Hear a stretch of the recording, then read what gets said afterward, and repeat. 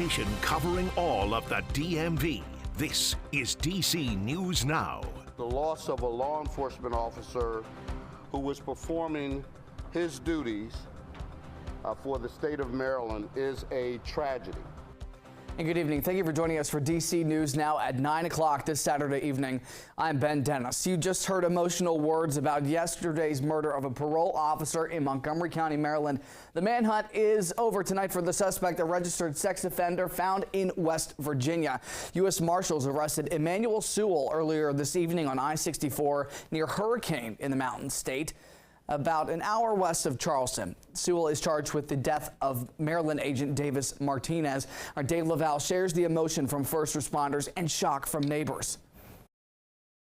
Saturday night's capture of Emmanuel Sewell is welcomed news by those who knew agent Davis Martinez. Yet it's also been a very challenging time for those in the law enforcement community. And the death of agent Martinez is a stark reminder of the dangers we face every day. Reflection from Montgomery County's police chief as flags are lowered in honor to the parole agent from Silver Spring killed Friday. The loss of a law enforcement officer who was performing his duties for the state of Maryland is a tragedy. 54-year-old Emmanuel Sewell of Chevy Chase is the person investigators said killed Martinez after the agent showed up at his home earlier in the day during a routine check. Martinez spent 6 years with the Maryland Department of Public Safety and Corrections Services. We've had many conversations about our agent, and things like professional, diligent, resilience are what we hear about Agent Martinez. Sewell is a registered sex offender released from prison in 2021. The Division of Parole and Probation reported no problems with Sewell since then. Police responded to the Top of the Hill Apartments just before 6 p.m., where Sewell lives. Martinez did not check in with his office. They found his body in the apartment. Investigators did not say how Martinez died, only he suffered blunt force trauma. The death stunned neighbors, including Dan Maurer. It's crazy. This is a pretty quiet neighborhood, lots of kids and families. It's something that I couldn't even imagine happening around here. Sewell is charged with second-degree murder. There's been no word when Sewell will be brought back to Montgomery County. In Gaithersburg, Dave Laval, DC News Now. Thanks to Dave. Meantime, Governor Wes Moore has shared his condolences tonight. You can read it right there. He also says that the Maryland flag has been ordered to fly at half-staff and will remain that way until Agent Martinez is laid to rest. The American flag will be lowered in Maryland that day as well. Over in Northern Virginia, police say that they are investigating a possible child abduction in Alexandria. Officials responded to a report on Duke Street around 4:30 this afternoon. This is just east of 395 and South Van Dorn Street. Alexandria police are helping Fairfax authorities looking for a driver that is believed to be connected to the abduction. No further information has been shared since 4:30. We'll keep you updated.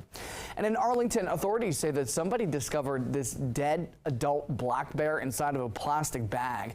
The Animal Welfare League of Arlington says that they, along with animal control, were called to an area near Spout Run Parkway by North Adams Street, saying that someone possibly spotted a dead dog in a bag walking near a trail, but it was later ID'd as the black bear. Authorities are hoping that someone may have spotted someone carrying a large plastic bag in the area in the past few weeks, and that they will report what they saw. Time is 9:14 this Saturday evening, man. Oh my, we had a lovely day in the DMV here. Derek, please tell us that it's going to continue. And a nice couple of mornings these past couple of mornings, seeing nice cool starts to our day. Today we got up into the 80s across the DMV. We had the low humidity all about the region, which made it all the more nice. We're at 74 now.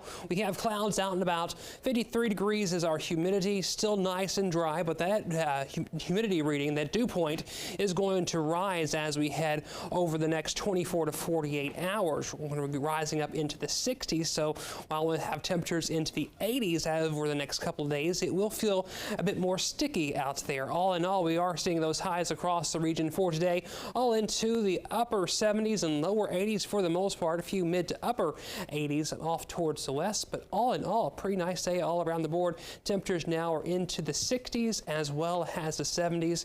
Get ready for one more cool and crisp night with temperatures in the 50s and 60s. All right, Derek, thank you. In Maryland, police in Baltimore say that they found a fetus on a Maryland Transit Administration bus this afternoon. Officials say the driver of the bus discovered the fetus on a seat while along Kirk Avenue. That investigation is ongoing. And staying in Maryland, officials say that 2 people are without a home tonight after a fire at a 3-story townhouse this afternoon. Fire and EMS say it happened at a home on Epstein Court near Baltimore Road around 1:30. The fire broke out in the house's kitchen. Officials say everyone in the home got out safely. And at the District DC Fire and EMS say that one of their own, a firefighter, was hurt and another person as well after a house fire in Northeast. Officials say that it broke out at this home on Adams Street around 12:30 this afternoon. We're told that firefighter was sent to the hospital with non-life-threatening injuries. Good news. The other person also not badly hurt.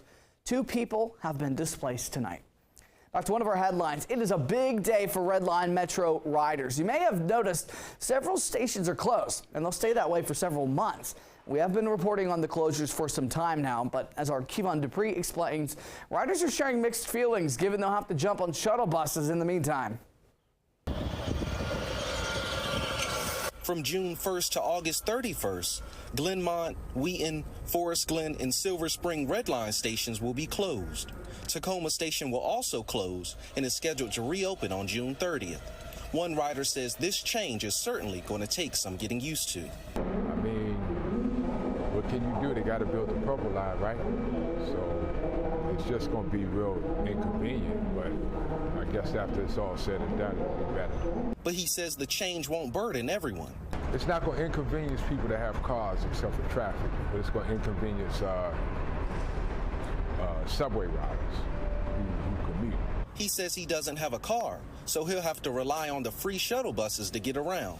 Because of this, he plans to take less trips. Instead of going to Giant Food every other day, now I'm going to go like once every week and a half or something. And maybe just pick up light stuff like milk, but basically the bulk stuff. Another passenger says the Red Line closing isn't ideal, but he's trying to remain positive. It's all well and good with a sense of, getting the maintenance, make sure that everything is, so it's good. He will use the free shuttle service as well, but he isn't worried that it will drastically alter his schedule. It's good. It's not going to let me down. Once again, the Tacoma station will be offline until June 30th, and the remaining 4 stations will be closed until August 31st. Reporting in Silver Spring, I'm Kevon Dupree, DC News Now. Thanks to Kevon. Today marks the official start of Pride Month. Yesterday, the Pride flag was raised in front of the Prince George's County Administration Building. And for the first time, the county held a ceremony for it.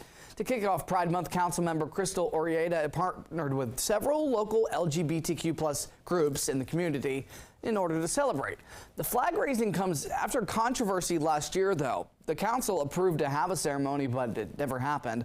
Orieta says that this event marks progress.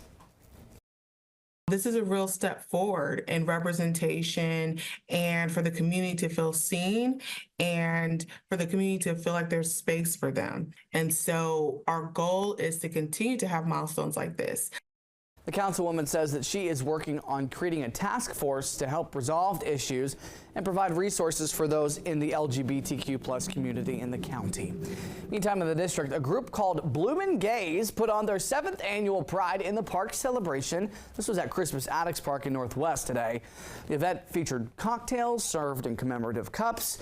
All ticket proceeds support the park and local LGBTQ+ organizations.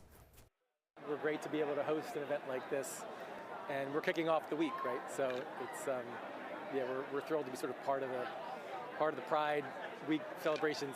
It's really great to see so many people come together in a neighborhood setting and, have a good time and just be themselves. Organizers say that this was one of their biggest events yet, selling out all 700 tickets this year. Good for